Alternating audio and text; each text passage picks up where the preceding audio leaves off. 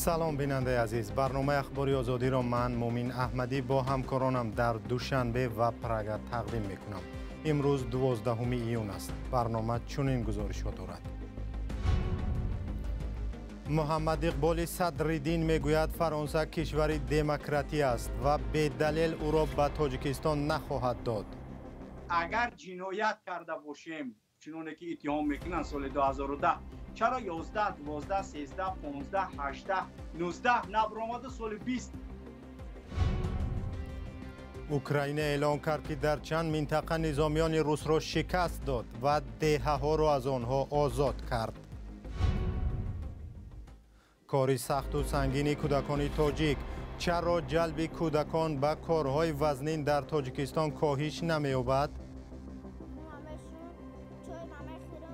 میام جین مسرم چینم برام فروشم صد برگا میام چینم.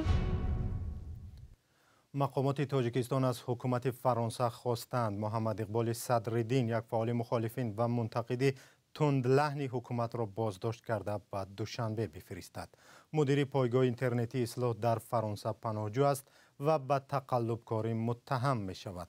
مقامات میگویند او سال 2010 3 شهروند تاجیکستان را در دبی فریب کرده 430,000 دلارشون را گرفته است. محمد اقبال صدرالدین درخواست تاجیکستان را دارای انگیزه سیاسی نامید. پیش از برنامه از محمد اقبال صدرالدین پرسیدم که تا کجا خوفی به تاجیکستان سپردن او وجود دارد. اگر جنایت کرده باشیم چنانه که اتهام میکنن سال 2010 چرا 11 12 13 15 18 19 نبرآمده سال 20 برآمد؟ به خاطر اینکه آغاز کار ما از سال 18 19 یعنی که آشکارگویی، آشکار بیانی و حقیقت و در مورد کروپسیا و جنایت‌هایی که مقامداران رژیم رحمانوف انجام میدهند اونها را بدون پرده با آن شکل و نحوهی که خودی یعنی که رژیم انجام میدهد با مردم و ملت دقیقاً با آن همون اسلوب ما یعنی که کار ما مبارزه علنی و آشکارا شروع کردیم. از اینجاست که اینها تا دقیقه آخران میخواهند که هر اپوننت سیاسی و هر شخصیتی که اون در مورد مسائل سیاسی و دزدی و غارت اینها صحبت میکند باید اون از سر راه برداشته شود. از محمد اقبال صدرالدین پرسیدم که شما در برنامه‌هایتان سخت تنقید میکنید و به حریم خصوصی منصبداران نیز دخالت میکنید. مثلا اگر دادگاه فرانسه از شما خواست اثبات کنید که فلان منصبدار نفری رو تجاوز کرده است، شما چی دلیل پیشنهاد میکنید؟ اصلا همه آن چیزی که ما نشر میکنیم با تکیه بر دلایل معین و آشکاری که از نگاه اخلاقی آنها را ما تا به حال برای مردم نشر نکردیم. و این مسئله نیست که ما تهمت کرده باشیم که یعنی که فلان مقامدار فلان کار کرده است، فلان یعنی که عضو عائله فلان جنایتی یعنی غیر اخلاقی انجام داده است. این مسئله نیست که یعنی که ما بدون دلیل در هیچ برنامه‌مون صحبت کرده باشیم. آن چی گفتیم با دلایل و مدارک معین است که یعنی افراد معین هم تصدیق کرده میتونن. اما اگرچه میترسند از جانشان ولی افرادی هست که تصدیق آنچه که ما در مورد هر جنایتی که اینها انجام دادن چی یعنی که حریم خصوصی باشد یا اینکه چی جنایت‌های کروپسیونی باشد یا چی جنایت‌های قتل و وحشت کشتار و مواد مخدر باشد، با همه اینها ما بدون دلیل تا امروز هیچ برنامه‌ای را تقدیم نکردیم. محمد اقبال صدرالدین یک فعال مخالفین و منتقد تندلحن حکومت تاجیکستان صحبت می‌کرد.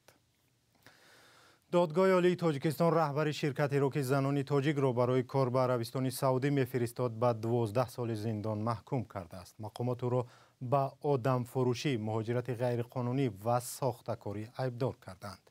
پیشتر خود او گفته بود که گناهی ندارد.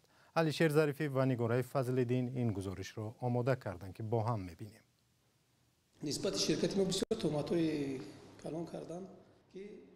دادگاه عالی تاجیکستان جمالالدین расулов раиси собиқи ширкати ҷамол 2012-ро бо иттиҳоми қочоқи инсон, муҳоҷирати ғайриқонунӣ ва сохтакории ҳуҷҷатҳо ба 12 соли зиндон маҳкум кард.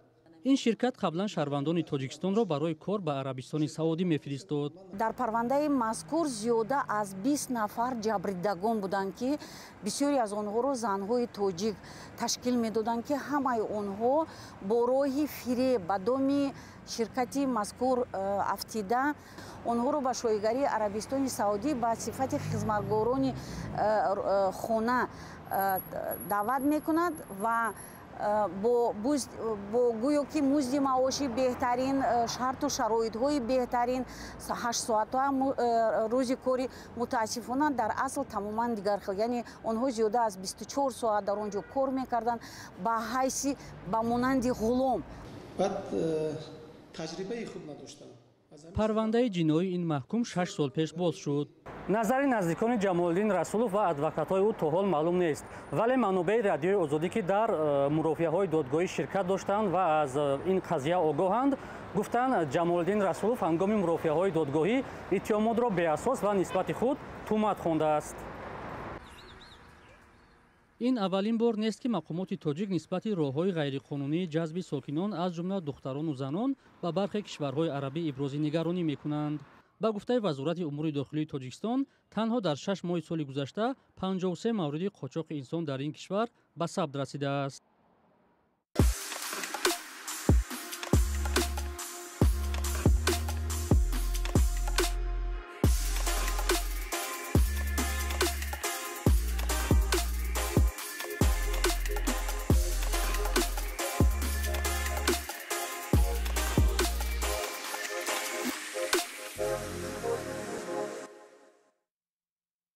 برنامه را با خبری از اوکراین ادامه می‌دهیم. مقامات اوکراین از آزاد شدن چند دهه از دست نیروهای روسیه خبر دادند. وزارت مدافع اوکراین اعلام کرد که چند دهه در ولایت دانتسک از دست اشغالگران روس آزاد کرده شده است. بنا به اطلاع پژوهشگاه آموزش جنگ، نیروهای اوکراین تقریباً 5 نقطه اهالی‌نشین را در دانتسک بازپس گرفتند. جزئیات بیشتر در گزارش زرانگیز نوروز شاه. نیروهای اوکراین شام 11 ایون از بازپس گرفتن دهه بلاگاتاتنوی ولایت دانتسک و چند منطقه دیگر خبر دادند. در این باره جزئیات زیاد داده نشده است، اما در این نواری که نیروهای اوکراین نشر کردند دیده می شود که چند سرباز از داخل بینای ویرانه پرچم اوکراین را نشان می دهند. خبرگزاری رایترز میگوید که نتوانست سنه و مکان ثبت نوار را معین کند. اشغالگران تا آخر مقابلیت کردند ولی به حمله بی‌امان تاب نآوردند. آمده است در اظهارات نیروهای اوکراین. فرماندهان اوکراینی روز 11 ایون گفتند 3 دهه در ولایت دانتسک از جمله دهه‌های مکاریفکا، نیسکوچنی، بلاگاداتنی و استراژوی را از دست نیروهای روسیه گرفتند. همچنین امروز ارتش اوکراین از آزاد شدن باز 2 منطقه دیگر در ناحیه وریمیفسک ویستوب خبر دادند. تصدیق درستی این خبرها از منابع دیگر دسترس نیست. پرزیدنت اوکراین ولادیمیر زلنسکی روز شنبه گفت که در اوکراین عملیات جوابی برای تحت نظارت گرفتن منطقه‌های اشغال شده آغاز شده است، اما جزئیاتش را اعلام نکرد. ولادیمیر پوتین رئیس جمهوری روسیه روز جمعه حمله‌های جوابی نیروهای اوکراین را ناکام خواند، اما بنا به اطلاع شبکه‌های دولتی هم اوکراین و هم روسیه مبارزه‌ها ادامه دارند. برمیگردیم به تاجیکستان. 12 ایون را همچون روز بین المللی مبارزه علیه مهنت کودکان تجلیل میکنند. مقامات تاجیکستان در نشست‌های رسمی خود ابراز می‌دارند که برای پیشگیری از مهنت کودکان بر اساس برنامه و چاره‌های گوناگون مبارزه می‌برند و این روند کاهش یافته است. ولی یک نگاه به کوچه و بازارهای شهر دوشنبه برعکس آن را نشان می‌دهد. برادی یوسفی و علیشیر ظریفی به خیابان‌های دوشنبه رفتند و این گزارش را آماده نمودند. ҷамшеди 12 солаи сокини душанбе як соли ахир ба ҷамъоварии партовҳои пластикӣ машғул аст. ҳарчанд даромади зиёде аз фурӯши он ба даст намеорад, вале бо он пул ба ниёзҳои худу хонаводаашон расидагӣ мекунад. سر میخزیم دستم همشون چای میخورم میخزیم میام جیل مسرم چینم برام میفروشم صد برگ با میام چینم میرگان گیپرازه نمخاله جا میرم دانش 10 دیرمی پول جمع کردیم همه برام لباس مکتبی میخرم. падари ҷамшед дар русия дар муҳоҷирати меҳнатӣ аст. модараш дар кӯча ба фурӯши донаи офтобпараст ва қуруд машғул аст. ҳоло ки мактаббачаҳо таътили тобистона доранд, ҷамшед мегӯяд ҳеҷ вақт истироҳат накардааст. ҳатто вақти дарс ҳам ба ҷамъоварии пластик машғул мешудааст. сумкама да пишт мекам салафонаме гирифтам ё линчама миёмам даҷас мегаштим ба клашкора мечиндим ман мерафтим дарс боба дар дарс мехистим миёмам. муаллимон аз баклашка ҷамъ кардани ҷамшед огаҳ набуданд. ин кор барои ӯ мушкилоти худро дорад. хайр мешавад баъзи вақт қин дар машуткона мешнонанд та баъзи вақт осон дар ане ки кӯдакон мазоқмон мекунанд мега биёед нони қоқшон бутени ҳастимшон хайр кунед. даромади якрӯзаи ҷамшед аз ҷамъоварии зарфҳои пластикӣ то 30 сомонӣ будааст. мисли ӯ дар кӯчаву хиёбон ва бозорҳои душанбе шумори зиёди кӯдакон машғули коре ва мисли ҷамъоварии баклашка, боркашонӣ, фурӯши обу халтаҳои пластикӣ ва аробакашианд. онҳоро нодорӣ ва даромади ками оила ба ин кор маҷбур кардааст. бо ин вуҷуд ҳар яки онҳо дар дил орзуҳои худро доранд ки боз ҳам ба фақру нодорӣ бармегарданд. калоншам чӣ мешавам милиса ман дар ҳеҷ маъқулае ки ина баъзи милисаҳо мебинанд ман милисаҳо мегӯям файроду мекунанд ягон сум метаҳанд хубиёшон. бар асоси оморҳои расмии 2 сол пеш дар тоҷикистон бештар аз 125 000 кӯдакони зери синни 18 кор мекарданд. 116 000 он кӯдакони деҳот буданд ки асосан ба корҳои саҳро машғуланд. созмонҳои ҳомии ҳуқуқи инсон борҳо аз тоҷикистон талаб карданд ки аз корҳои вазнини кӯдакон ҷилавгирӣ кунанд. қонунгузории тоҷикистон низ истифода аз меҳнати кӯдаконро манъ кардааст. тоҷикистон соли гузашта ба соҳаи маориф беш аз 7 миллиард сомонӣ ҷудо кардааст. ин маблағ ба куҷо ва ба кадом бахши маориф сарф шудааст? ба ин суол ҳамкоранмон сарвинози рӯҳулло ва шаҳлои абдулло дар ин гузориш посух ҷустанд. дар 4000 мактабҳои кишвар беш аз 2 миллион хонанда таҳсил мекунанд.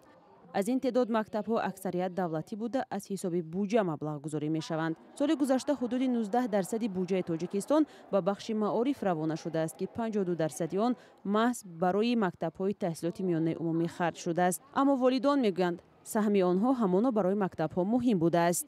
ҳар соли 35 сум то 50 сомона пули ремон буду парта будам хали ки сола зина гуфтам мумкин ба интиомошон спорам бад биган ولی این یکم ریمون کبینید یکم سانسی فهمخه. همش قاعده‌ایه. همه ناز رحمت معلم‌ها دا تربیت میکنن.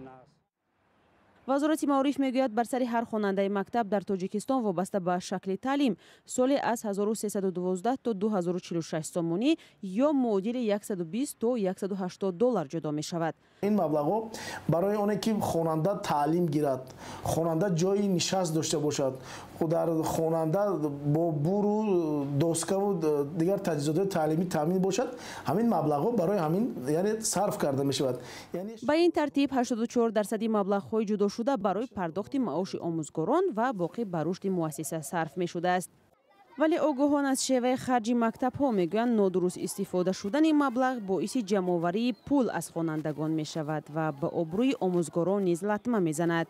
як мушкиле ки шояд дар ҳамаи мактабҳо ва барои ҳамаи омӯзгорон пеш меояд ин омадани ҳамон меҳмонҳо ба мактаб аст. вақте меҳмонӣ ба мактаб меояд албатта ба қавле меҳмондорӣ аз ҳисоби мудир намешавад. барои ободонӣ мегӯянд ва омӯзгор наметавонад ҳамаи онро аз ҳисоби маошаш пардохт кунад. обонапулӣ аз маоши муаллим гирифта мешавад. баъзан муаллим маҷбур аст ҳатто буро аз ҳисоби худаш харад. маълум ки дигар омӯзгор аз хонанда кӯмак мехоҳад. вақте ин қадар мушкил аст омӯзгор дарси дуруст гуфта наметавонад ва боз ҳам ин ҳама муаллимро бадном мекунад. гурӯҳи дигари сокинон мегӯянд кӯмак ба мактаб барои таҳсили беҳтари фарзандонашон кори баде нест, аммо ҷамъоварии маблағ вазифаи омӯзгор нест. маълима ки вақте пул ҷамъ мекунад бисёр одамое ҳастанд ки намефаҳманд кора ба мегӯянд маълима барои худаш мисол пула ҷамъ кард.